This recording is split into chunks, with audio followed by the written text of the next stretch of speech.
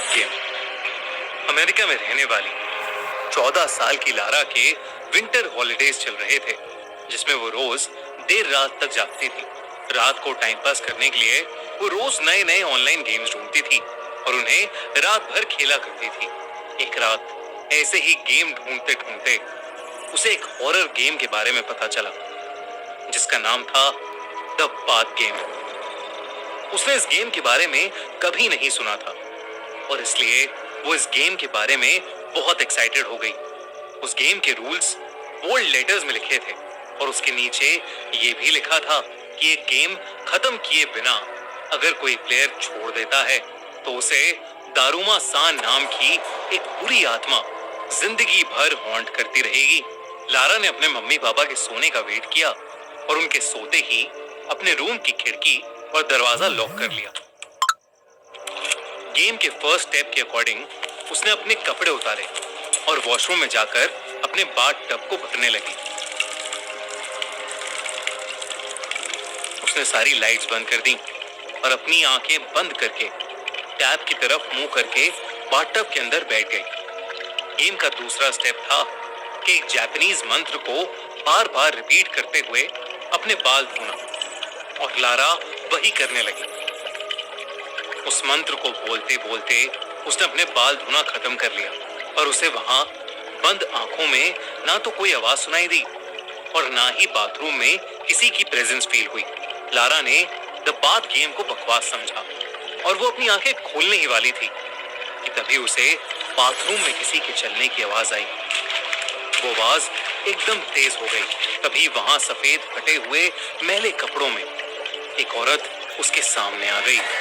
वो एकदम से बाथटब के अंदर गिर गई, जिसकी वजह से उसकी दाईं तरफ की आंख एक जंक लगे हुए टैप पर लगकर बाहर निकल आई और लटकने लगी। उसकी आंख से ढेर सारा खून निकलने लगा और वो पूरे बाथटब में फैल गया। लारा इन आवाजों से सहम सी गई। वो आंखें खोलने का सोच ही रही थी, पर तभी उसे गेम के रूल्स याद आ गए और उसने उस औरत से पूछा, Why did you fall in the bathtub? यानी तुम बाथटब में क्यों गिर गईं? ये कहते ही लारा गेम के अकॉर्डिंग बाथटब से निकलकर बिना मुड़े बाथरूम के बाहर निकल आई। उसे इस बात का विश्वास ही नहीं हो रहा था कि उसे दारुमा सान की प्रेजेंस सच में फील हुई है। वो डर के मारे एकदम सुन्न पड़ गई। उसका उस वक्त मन कर रहा था कि वो अपने घर से भागकर कहीं दूर चली जाए, पर अगर वो गेम के आगे के स्टेप्स फॉलो नहीं करती तो दारुमा सान उसको हमेशा हॉन्ट करती रहती।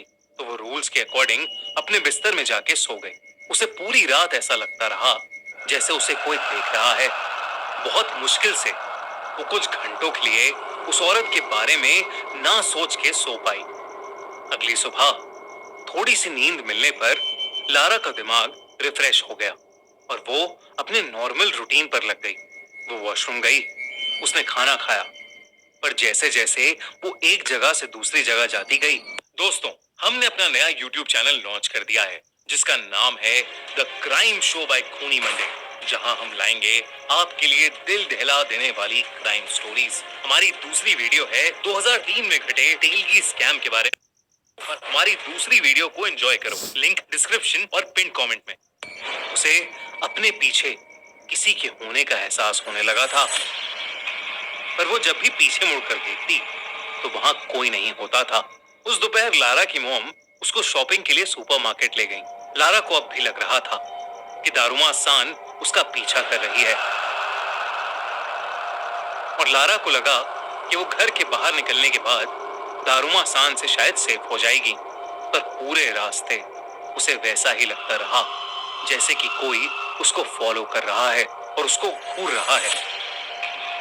सुपरमार्केट में शॉपिंग करते हुए उसकी मॉम दूसरी रो में सीरियल्स लेने चली गई। लारा एक रो में घर के बाकी सामान की शॉपिंग कर रही थी जब उसे अपनी आंखों के कोने से एक औरत दिखाई दी। उसने फौरन पीछे मुड़कर देखा, लेकिन वहां फिर से कोई नहीं था। तभी लारा वापस आगे मुड़ी और उसका दिल दहल उठा। उसने अपने हाथ में सामान की जगह दारुमा सान का कटा हुआ सर पकड़ा हुआ था।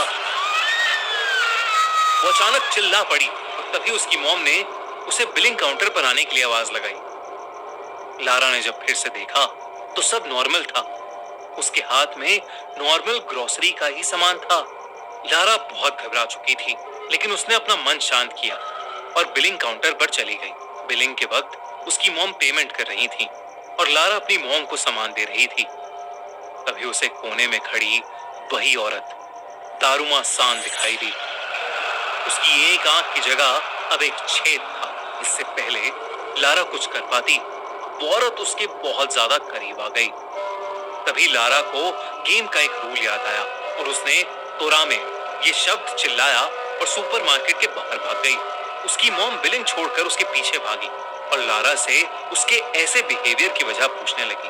पर लारा, जो अब डर के मारे कांप रही थी, अपनी मॉम को कोई जवाब ही नहीं दे पाई। उसकी मॉम ने उसे जल्दी से गाड़ी में बिठाया और उसे घर ले गई। पर वापस जाते हुए पूरे रास्ते लारा को दारूमा सान उनकी गाड़ी का पीछा करती हुई दिखती रही। लारा की घबराहट और बढ़ती गई, क्योंकि जैसे जैसे उसकी मॉम गाड़ी की स्पीड बढ़ाती, दारूमा सान उतनी ही तेजी से उसके पास आने लगती। वो लोग जैसे ही घर पहुंचे, वैसे ही रोती हुई लारा चिल्लाने लगी, तोरामे, तोरामे, और वो गाड़ी से भागकर घर के अंदर चली गई। लारा को अब डर के मारे फीवर चढ़ने लगा था और वो पूरे घर में दारूमा सान से बचते हुए तोरामे तोरामे चिल्लाकर अलग अलग कमरे में जाकर छुपने लगी। जो एक हॉरर गेम की तरह स्टार्ट हुआ था, अब वो लारा के लिए उसकी जिंदगी का सबसे डरावना एक्सपीरियंस बन गया था। लारा ने डिसाइड किया कि अब वो दारूमा सान को फेस करने के लिए आखिरी स्टेप के हिसाब से काटे बोलकर एक एक्शन करेगी, जिससे ये गेम एंड हो जाएगी। लेकिन अब लारा जब भी दारूमा सान को फेस करके काटे बोलने के लिए मुड़ती, तो दारूमा सान वहां से गायब हो जाती।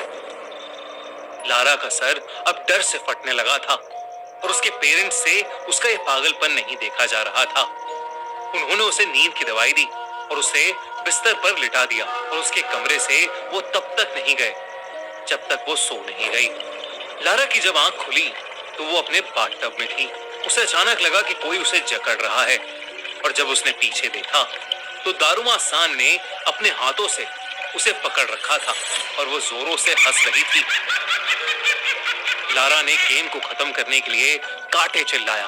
गेम के रूल्स के अकॉर्डिंग दारूमा सान की आत्मा वहां से गायब हो जानी चाहिए थी, लेकिन दारूमा सान और जोरों से हंसने लगी। तभी लारा को सांस आनी बंद हो गई।